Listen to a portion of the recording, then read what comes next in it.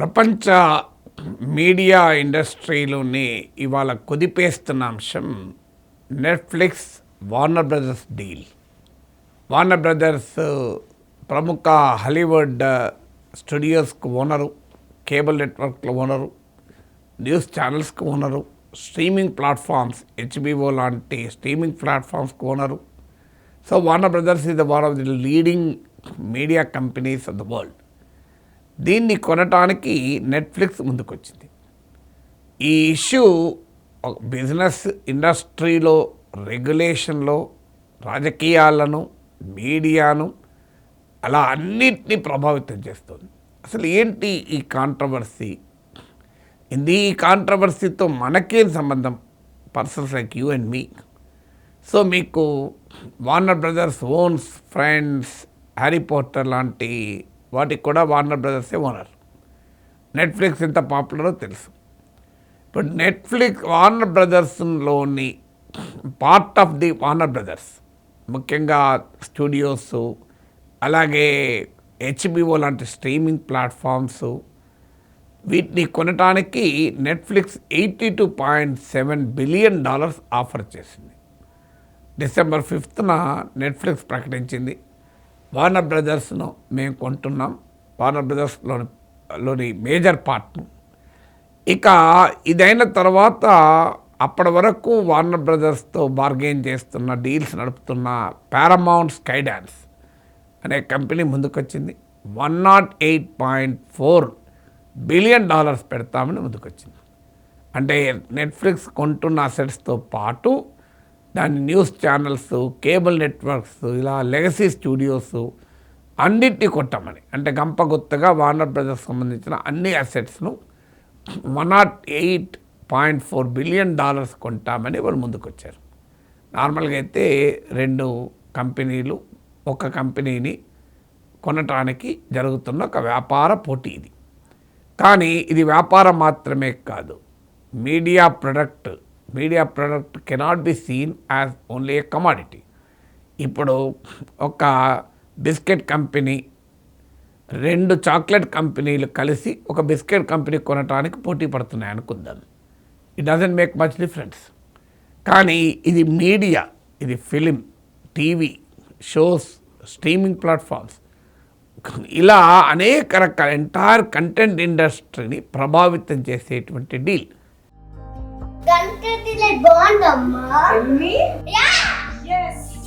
Country delight buffalo milk ని మా family వాళ్ళకి ఎప్పటి నుండో వాడుతున్నాను. ఈ పాల ఫస్ట్ యూజ్ నుండి నాకు దీనిపైన చాలా నమ్మకం వచ్చింది. Choose Country Delight and Live Better. మీకు చిన్న ఉదాహరణ చెప్తాను. ప్రణయ్ రాయ్ NDTV ప్రారంభించాడు. భారతీయ టెలివిజన్ చరిత్ర, న్యూస్ టెలివిజన్ చరిత్రలో ఇది one of the greatest innovations. ఆ NDTVలో తయారైన రాజీవ్ సర్దేశాయ్, అర్నబ్ గోస్వామి, ఇలా NDTVలో తయారైన వాళ్ళే ఇవాళ రవీష్ కుమార్ మీడియా ఇండస్ట్రీని రారాజులుగా ఉన్నారు.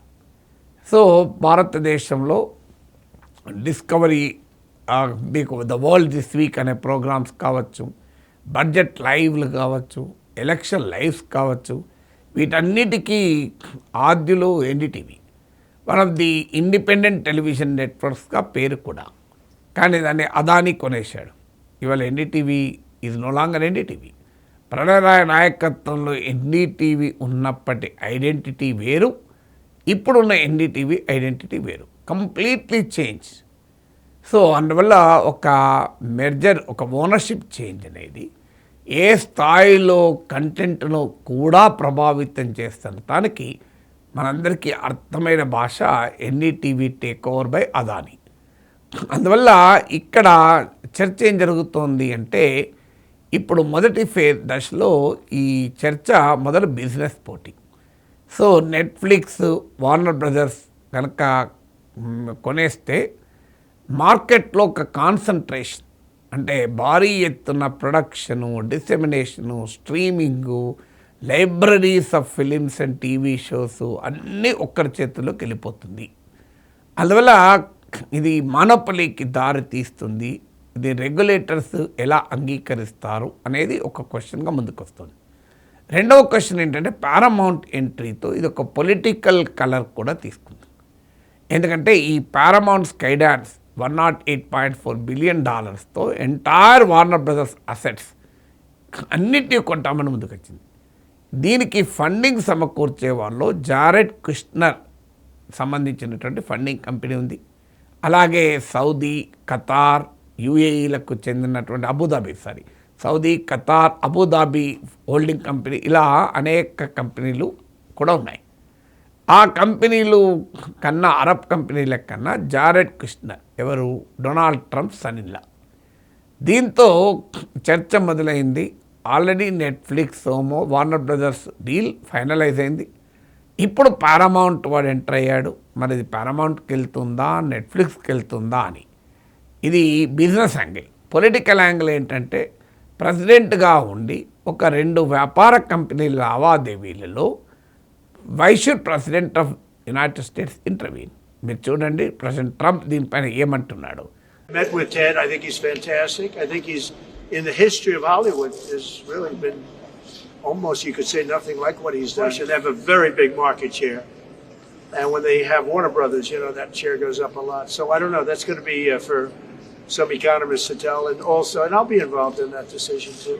Did they make... They have a very big market share. And he's got a lot of interesting things happening aside from what you're talking about. But it is a big market share. There's no question about it. It could be a problem.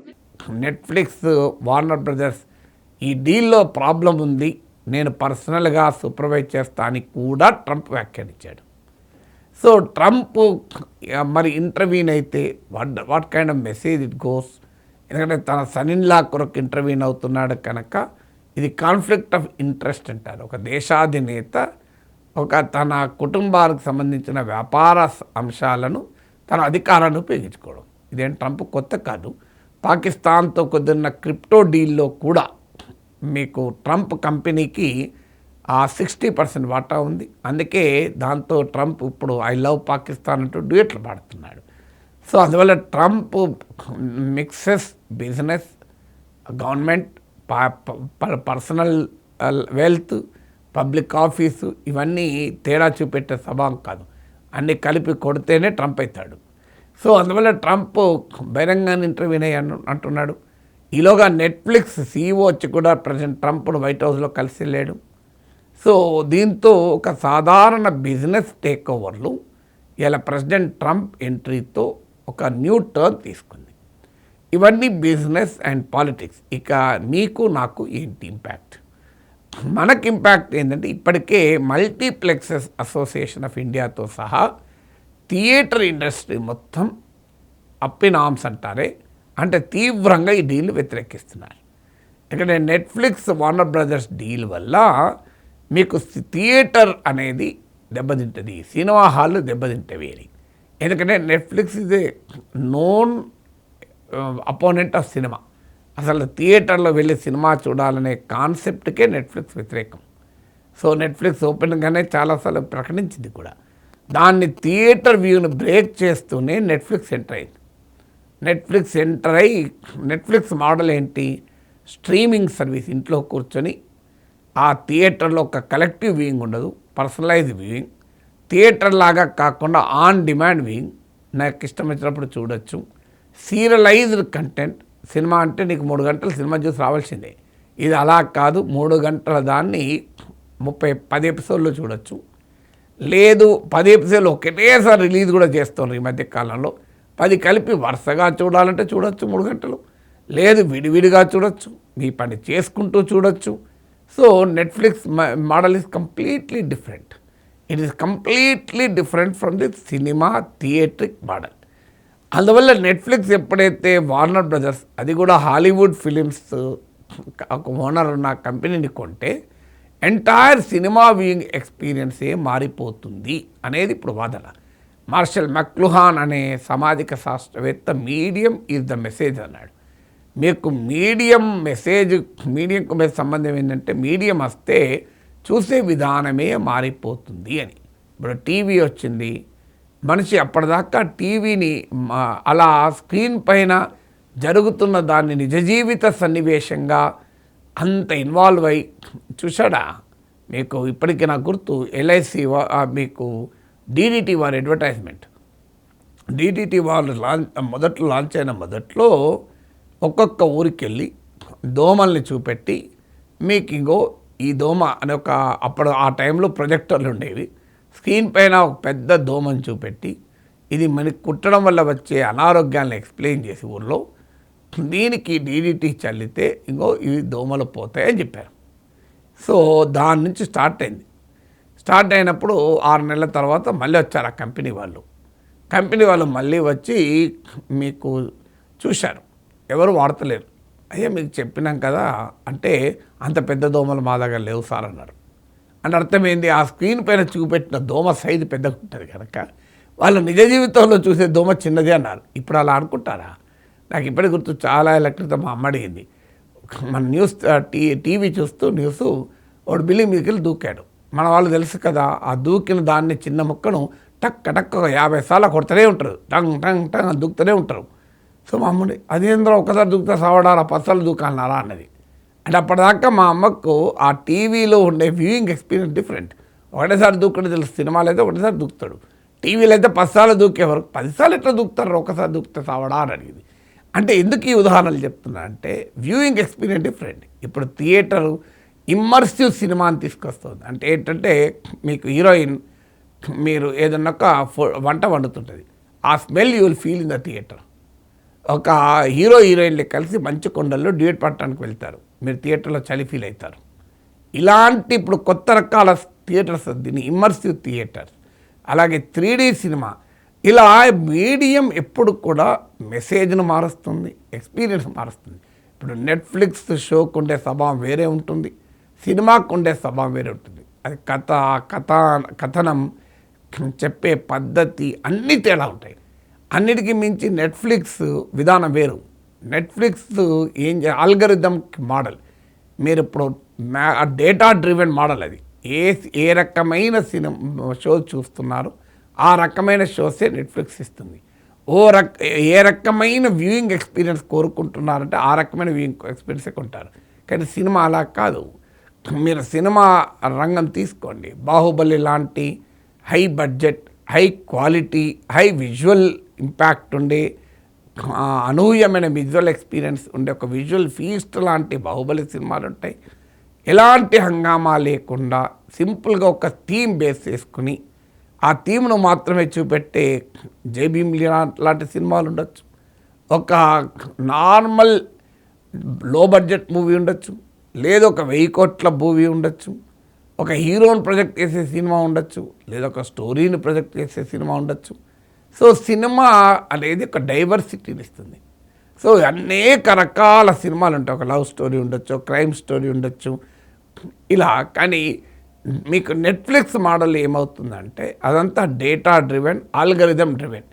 ప్రజలు ఎక్కువ మంది ఏ రకమైన experience కోరుకుంటే ఆ రకమైనది మాత్రమే చూపెడుతుంది.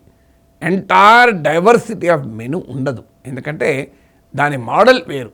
So దాని మోడలే కంప్లీట్లీ డిఫరెంట్. సో అందువల్ల మీకు ఈ సినిమా ఎక్స్పీరియన్స్ను కాస్త పోతుంది, అంటే సినిమా అనేది అదృశ్యం అవుతుంది అనే భయం ఇప్పటికే OTT ప్లాట్ఫామ్లు వచ్చాక ఇవాళ సినిమా థియేటర్లు పెద్ద బిజినెస్ ఛాలెంజ్ని ఎదుర్కొంటున్నాయి. ఎందుకంటే ఇంట్లో దీనికి కొంత సినిమా థియేటర్లను, సినిమా వాళ్ళని కూడా తప్పు పట్టాలి. వీళ్ళు సినిమా వెళ్ళడానికి లగ్జరీగా మార్చిపడేశారు. ఇలా మల్టీప్లెక్స్లో సినిమా చూడడానికి లగ్జరీ. నీకు స్వీట్ కార్న్ తింటే వాయింపే, సమోసా తిన్నా వాయింపే. సో నీకు అడ్డగోలుగా ధరలు, దానికి మళ్ళీ సినిమా రిలీజ్ అయిన మొదట్లో బెనిఫిట్ షోలు, ఫస్ట్ వీక్ ఎక్కువ రేట్లు, ఇంత గందరగోళం చేసి మీకు హైదరాబాద్లో హుస్సేన్ సాగర్ పక్కన తీయాల్సిన దాన్ని శాన్ ఫ్రాన్సిస్కోలో తీస్తారు, ఆదిలాబాద్ అడవుల్లో తీయాల్సింది అమెజాన్ అడవుల్లో తీస్తారు. దానికి రేటు పెంచి అదంతా మన మీద వాయిస్తారు. అందువల్ల తప్పు వాళ్ళది కూడా ఉంది. కానీ అందువల్ల ఇవాళ అనేక రకాల సినిమాలు నడవడం లేదు. ఇక 1000 కోట్లతో సినిమా తీసినా గ్యారంటీ లేదు 1100 కోట్లు వస్తాయని. సో ఇది ఒక బిగ్ ఛాలెంజ్ సినిమా ఇండస్ట్రీ ఎదుర్కొంటోంది. OTT ప్లాట్ఫామ్లు వచ్చాక ఇంట్లో కూర్చొని ఆన్ పే 100 రూపాయలు కట్టు, సినిమా చూడు. ఇంట్లో 100 రూపాయలు పెట్టి ఒక 5-6 కూర్చొని సినిమా చూస్తుంది. 20 రూపాయలకు సినిమా. ఇంట్లో ఉన్న పాప్కార్న్ తినచ్చు. ఆడ థియేటర్లో పాప్కార్న్ ఆడ కూడా 100 రూపాయలు తీసుకుంటాడు. ఇక్కడ 100 రూపాయలతో 5 కాదు 6 తిని ఇంకొంత మిగిలితే వచ్చిన కూడా పెట్టచ్చు. సో అందువల్ల నీకు ఇక్కడ ఎక్స్పీరియన్స్ వేరు, అక్కడ ఎక్స్పీరియన్స్ వేరు.